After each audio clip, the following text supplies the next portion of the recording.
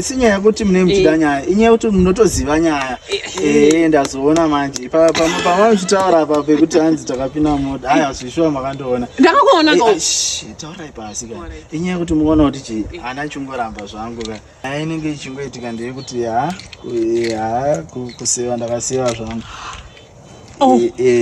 Ndakakambura saka shinyarai kana. Manje zvamakuita manje. Nyaya yakaitika ndeyekuti ndoti rangu iri but inyaya kuti nesingadodzisikano nevanhu. Ndichida kuti tingoita leilo seipapa matodziziva chinyarara. Ini zvandava kuchiita ka.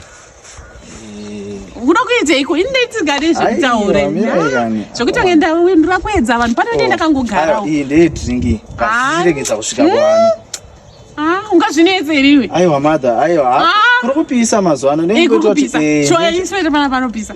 Ndikuziya but ona kana ndingoti mungotenga drink but kana matora mari ika muchingonyarara nyaya yacho ndizvo. Mukoma dhimba dai vamusina kudaro. Mufunge. Kwakuri ngobvunza semunhu mukuru kuti indiri munhu wekuti ndinonzwisisa kuti nyaya dzemujolo dzinofamba sei. Kana ndakutotya. Chandotokupirai mari kutofarira kutoti makaziva nyaya yasa ndamboenzwa ichibuda. Ramai makadaro. Aiwa good. Mapedza ini. Alright. Dai vamusina kumbondipa mari. Pane